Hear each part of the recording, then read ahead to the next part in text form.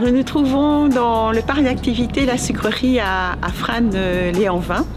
C'est un parc d'activités d'une quinzaine d'hectares qui comporte des parcelles aménagées pour accueillir des investisseurs, ainsi que des halls relais mis en location et un centre d'entreprise. Alors ce parc est issu d'une réhabilitation de l'ancien site industriel de la sucrerie. Il a été réhabilité dans un esprit d'intégration dans le milieu local de Frasnes et aussi en essayant de préserver au maximum l'environnement. Dans ce parc, la modernité côtoie les vestiges de l'ancienne fonction industrielle.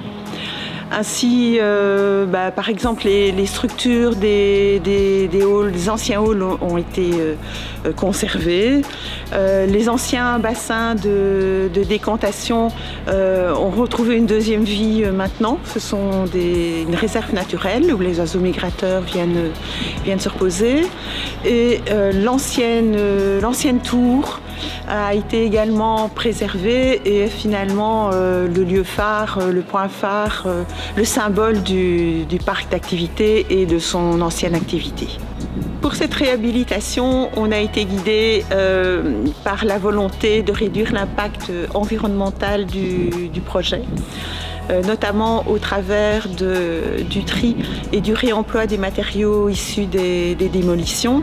À titre d'exemple, les sous-fondations de voiries ont été réalisées avec des concassés issus du broyage des matériaux de démolition.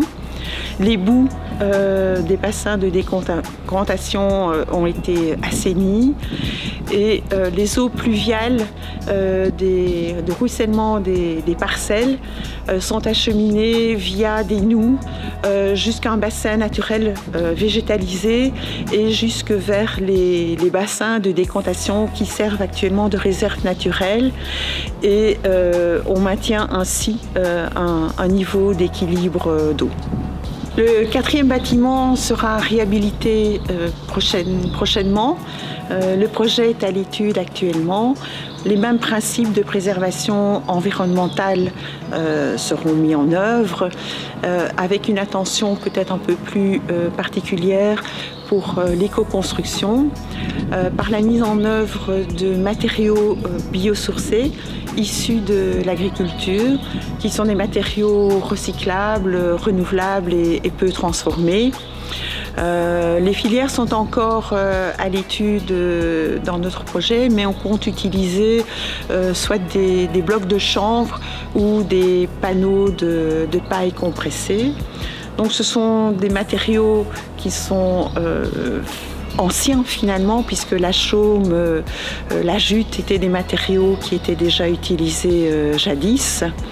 Alors ces matériaux ont finalement des très bonnes caractéristiques au niveau thermique, au niveau acoustique et au niveau hygrothermique et sont tout à fait adaptés à la mise en œuvre dans des bâtiments industriels.